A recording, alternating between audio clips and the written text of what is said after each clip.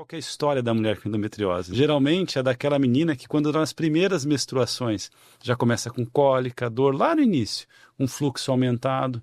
Muitas vezes a mãe leva no ginecologista, né, Pamela? O ginecologista, a mãe ela está se formando, isso é normal, ou então é um ovário policístico, né? E o que Já faz? tem o diagnóstico em casa. A gente começa essa história, doutor, o senhor está contando a minha história. Fala, não, peraí, deixa eu terminar. E eu acho que todo mundo conhece pelo menos uma mulher, tem uma amiga, uma conhecida que sofre com a endometriose, que sofre com os sintomas todo mês, né? Queria entender por que essa doença está tão frequente nos consultórios ginecológicos. Vou até, antes de responder, fazer uma pergunta para a Pamela, né? Pamela, você acha que a endometriose aumentou? O que você acha que aconteceu? Ou você acha que cada vez mais as mulheres estão entendendo que ter dor não é normal, né? É incrível pensar isso. Né? A gente conversa muito sobre isso, né? Porque eu acho que a grande questão está vindo, de fato, na informação, que é o que a gente está fazendo aqui. Então, nós mulheres, a gente vem de um cultural, né, que é normalizado ter dor, né? Então, quantas pacientes a gente atende no consultório que eu tive um caso, assim, que me marcou. A mãe desmaiava, como a menina não desmaiava, então ela, tipo, talvez eu não tenha. E com quadro graves, né? Então, assim, a gente vê cada vez mais a importância da informação, de não normalizar a dor. Essa é uma frase que o Dori fala o tempo todo, que é ter dor não é normal.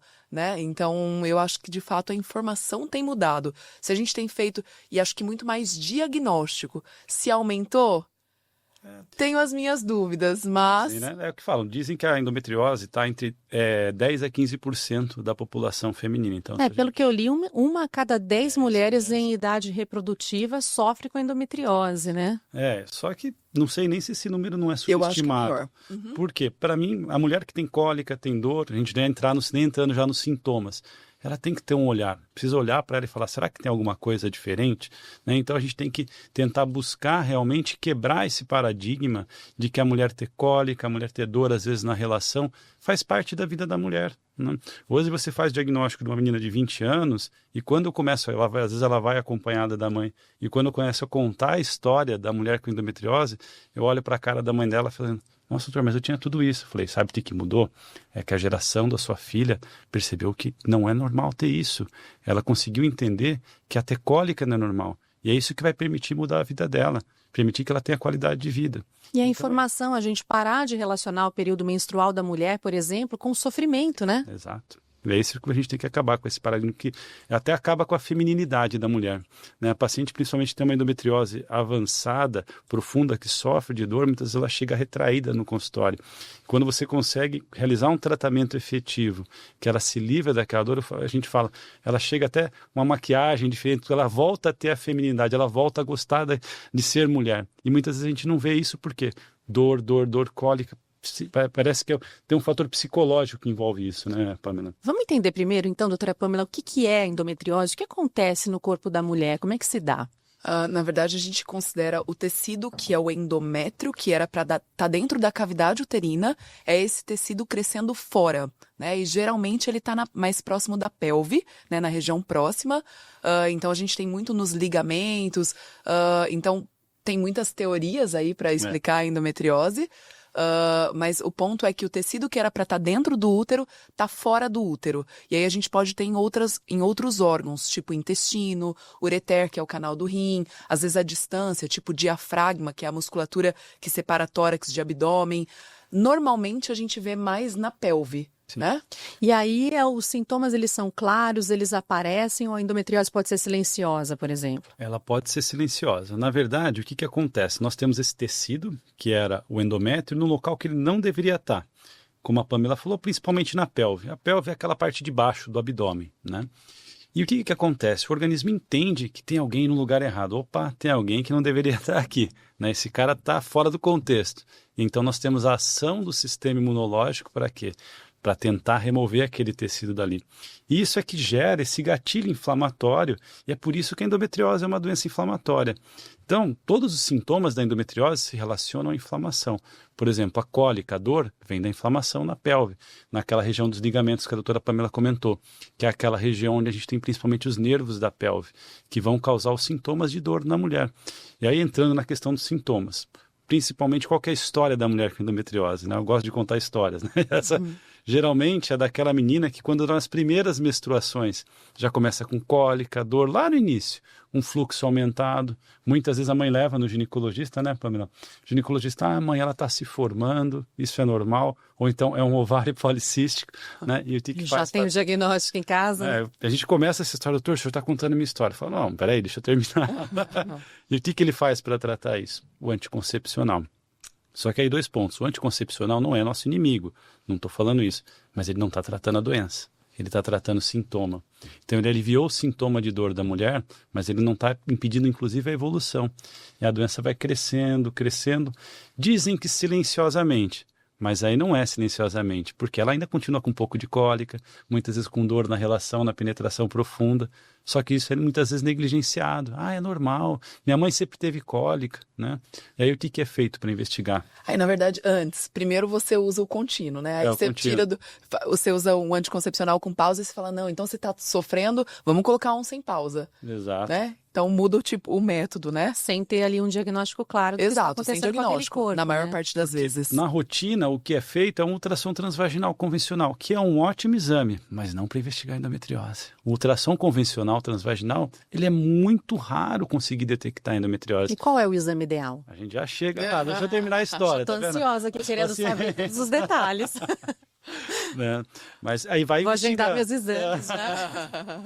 Não, você viu como a informação é importante, Marcela? Muito. Olha aqui, um A gente já bate-papo começa a de nem 10 identificar minutos. uma série de coisas. Você já lembrou né? de alguém, de uma filha de alguém, que de certeza. repente, opa, deixa eu ver isso direitinho. Sim. Mas enfim, vai com cólica, dor, achando que é normal, porque ouve da mãe, tenho cólica, filha, tive cólica a vida inteira, larga de frescura, mas fica tranquila. O dia que você engravidar, isso melhora. Ultrassom normal, ela acredita que o quê? Ter dor é normal. É incrível quando eu falo, ter dor é normal? Não é. Mas então por que ter cólica é normal? Cólica não é uma dor e a doença vai evoluindo. Geralmente, quando é feito o diagnóstico? 28, 30 anos. O que acontece hoje em dia com 28, 30 anos? Na vida da mulher. É a idade que a maioria das mulheres pensam em quê? Engravidar. Ter filho. Ela para com o quê? Com o anticoncepcional.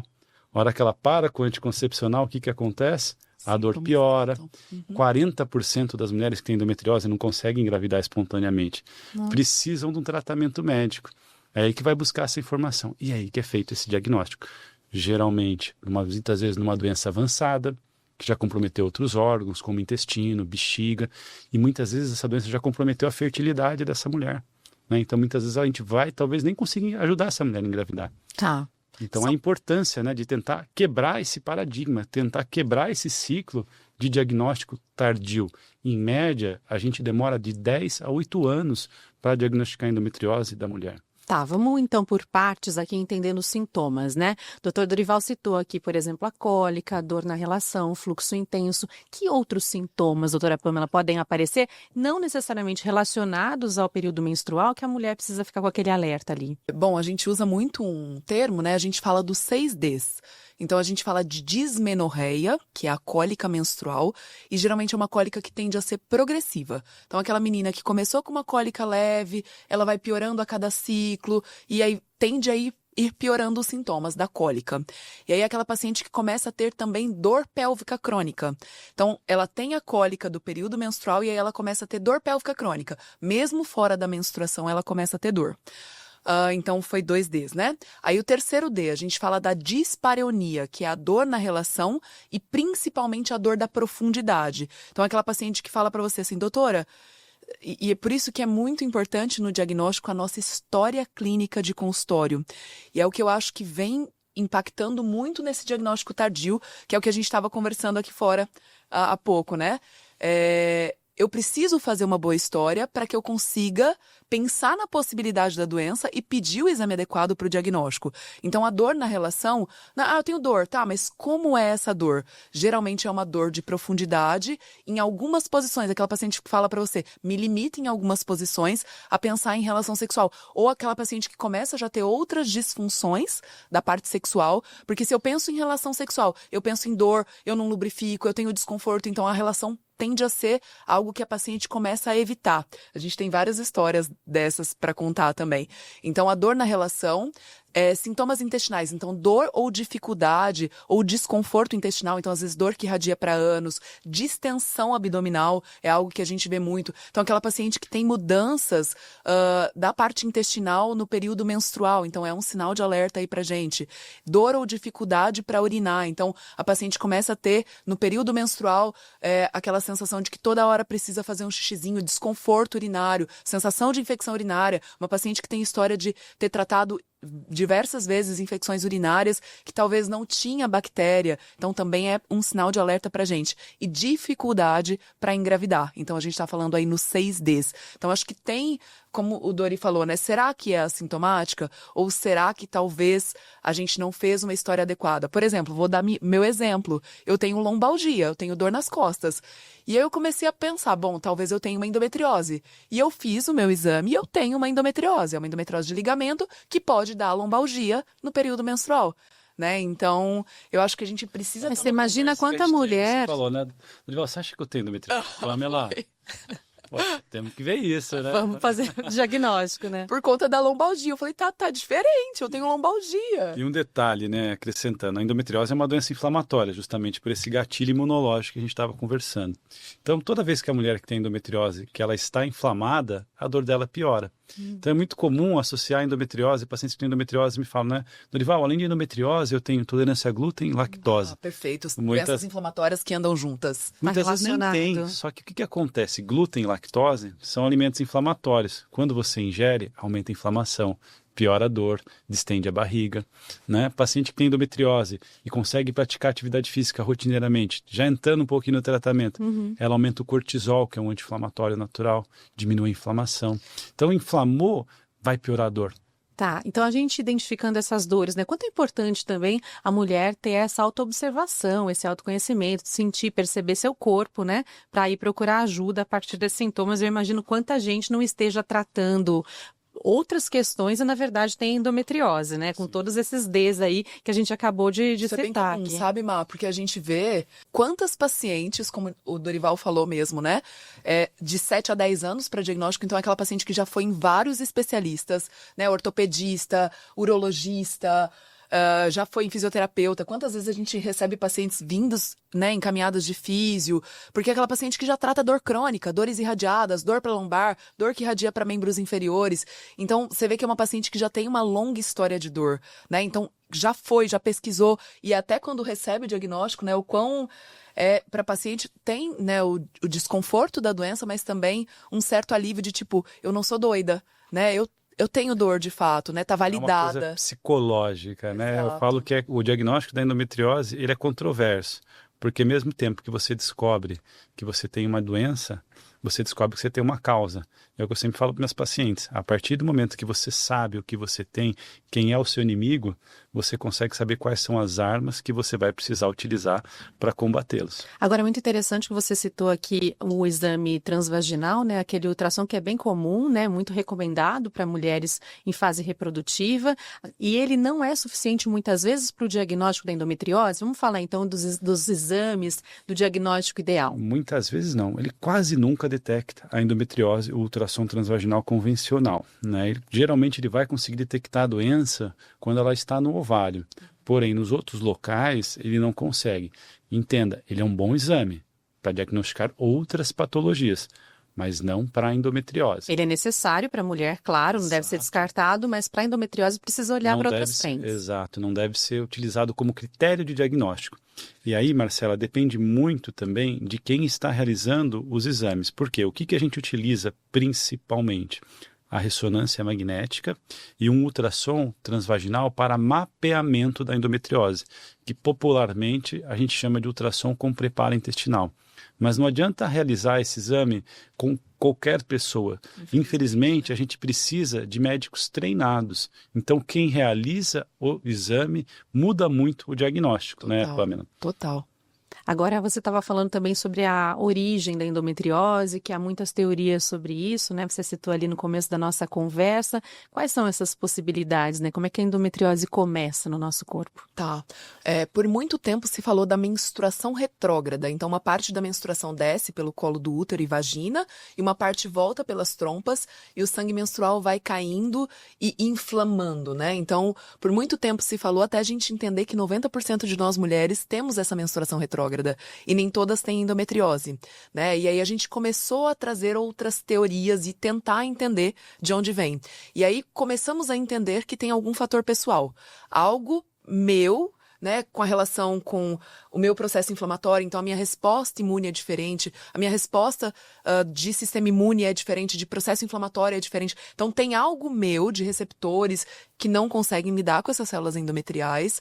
Fala-se muito de genética, né? Então, quando a gente tem uma história, quando você vai perguntar sobre história familiar de mãe e irmãs, e também falamos muito dessa parte de epigenética, né? Que é o nosso estilo de vida impactando sobre o quanto pode impactar numa doença inflamatória. E aí o Dori... Eu gosto muito, na verdade, da teoria. Tem várias teorias, como a Pamela falou, da menstruação retrógrada, teoria que fala que um tecido vira outro. Eu, particularmente, gosto muito da teoria que a gente chama de embriológica. O que é isso? A mulher que tem endometriose nasceu com endometriose. E da onde vem isso? Do tecido que origina o útero, do tecido que forma o útero. Enfim, esse tecido, ele migra para formar o útero. E essa teoria fala que o quê? Durante essa migração do tecido, sobraram fragmentos, resquícios desse tecido que origina o útero, e ficaram ali quietinhos durante toda a infância. E aí quando isso vai manifestar? Na primeira menstruação. Né? Não tem muito sentido você pensar que a mulher ainda menstruou a primeira vez, já formou o foco e deu dor. Não, deu dor porque já estava lá. Sim. Né? Desde sempre. Então, eu particularmente gosto muito dessa teoria. Ainda não tem um consenso na ciência sobre isso. Não tem, mas existem, no fundo, talvez seja uma mistura das teorias, né, que justifiquem essa origem. E agora há níveis de gravidade, né, para uma mulher e para outra. Existem realmente esses níveis e cura também ou não? Olha, a questão de níveis, o que acontece? Quando a mulher vai buscar informação na internet, ela vai ver lá nível 1, 2, 3, 4. Isso é uma classificação, Marcela, de 1996. Está ultrapassada. Né? Existe uma mais atual, mas assim, o que acontece? Essa de 1996, ela é uma classificação da Sociedade de Infertilidade americana, né? Sociedade Americana de Fertilidade. Então ela focava muito em ovário. Então, às vezes a mulher tinha uma endometriose de intestino, bexiga, mas não tinha ovário, ela é nível 2. Mas o quadro dela era muito mais grave. Então, atualmente nós temos uma classificação de cerca de 2, 3 anos para cá, que realmente traz 1, 2, 3, 4, mas essa classificação é muito mais para discutir, por exemplo, eu e a Pamela. Então, a Pamela tem uma paciente que eu quero discutir com ela. Olha, Pamela, estou com uma paciente com nível 4, ela já sabe, dentro da classificação, onde a paciente tem. Então, na minha opinião, essas classificações elas servem mais para discussão de médicos do que realmente para trazer para a paciente. O que a paciente quer saber? Está no intestino, está no ovário, comprometeu uma fertilidade. Qual é o caminho que eu tenho que seguir para resolver isso, doutor? Então, eu gosto muito de colocar para a paciente o que ela tem. Não gosto de classificar ela. Porque a endometriose, ela pode, como vocês estavam trazendo aqui, prejudicar, inclusive, vários outros órgãos, né? Sim. Ela pode comprometer, sim. Por exemplo, intestino, bexiga, ureter, que é o canal do rim, sim. E aí o tratamento, como é que funciona? Marcela, primeiro, né? A gente falou de endometriose e está apavorando talvez um monte de gente. Exato. Mas é o que eu gosto de dizer. Ter endometriose não é um problema. Ah, Dorival, pera um pouquinho, como não é um problema? A gente tem que lembrar que endometriose é uma doença benigna. Então, endometriose raramente a gente vai associar a doenças malignas. A endometriose raramente vai colocar a vida da mulher em risco. Então, o problema não é ter endometriose. O que é o problema? Quando você tem uma endometriose que atrapalha a sua vida. Perfeito. E como é que a endometriose atrapalha a vida da mulher? Geralmente de duas maneiras. Ou comprometendo a fertilidade, ou comprometendo a qualidade de vida. Então, se supostamente eu tenho uma paciente com endometriose no intestino, bexiga, mas eu falo, Dorival, não sinto nada, não tenho dor. E muitas vezes isso acontece. A paciente tem uma doença extensa e não tem dor nenhuma. Mas não quer engravidar, não tem dor, o que eu vou fazer? Geralmente nada. Mas isso não pode prejudicar os órgãos a longo prazo? É muito, muito raro. Porque ela é lenta, ela é crônica, né? Progressiva, só que lenta. Então não é de repente eu tenho endometriose de intestino, ai meu Deus, acabou a minha vida. Então ela é progressiva lenta. E até é interessante pontuar isso, que é uma coisa que a gente sempre discute, quando a gente fala da teoria embriológica, né?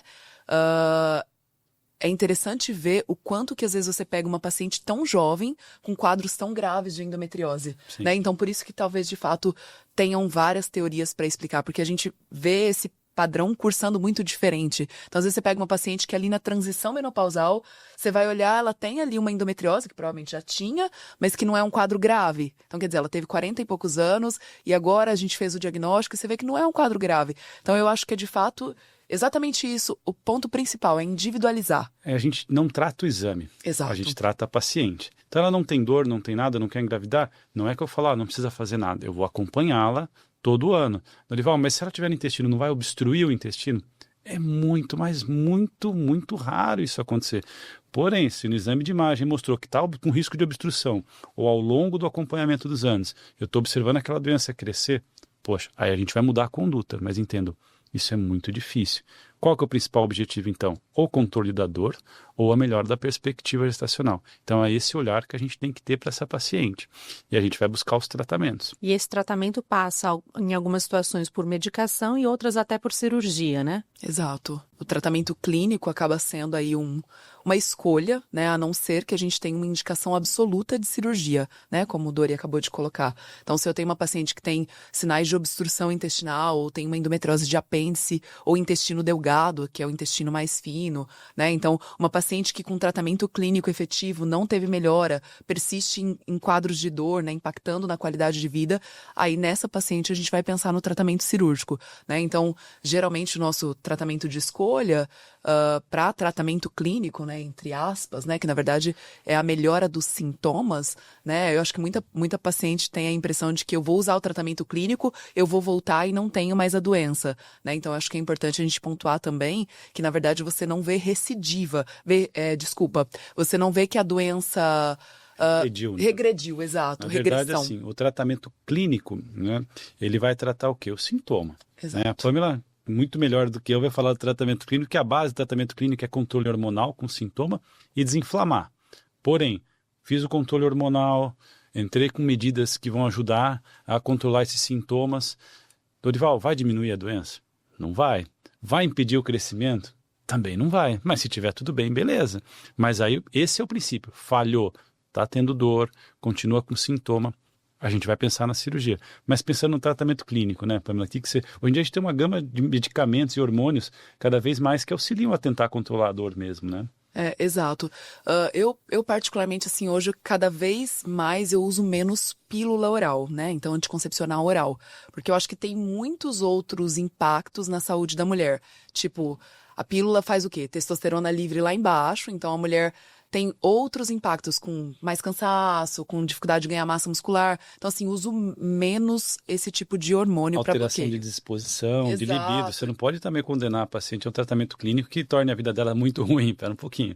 Que a gente está traga buscando qualidade de vida. É. Eu não posso tirar a dor, mas impactar de outra maneira, né? Exato, eu acho que ele é uma alternativa, tem pacientes que ficam muito bem, por isso que sempre para mim é individualizar, é como você tem ficado com o tratamento. Então, tem algumas pacientes que vão se beneficiar, tem outras que a gente gosta muito do DIU hormonal, então Mirena é o método de escolha, né, uma alternativa a se pensar ainda pela sociedade, né, tem algumas discussões, aí acho que é um pouco polêmica falar, mas eu particularmente gosto da gestrinona, tem um resultado interessante com a gestrinona, né, e o meu objetivo é usá-la para tratar as pacientes de endometriose. Na parte clínica, a gente vê uma melhora nos sintomas. O que é a gestrinona? Desculpa, curiosidade aqui. Pontuando, falar da gestrinona muitas vezes é controverso, porque muita gente utiliza ele como um chip da beleza.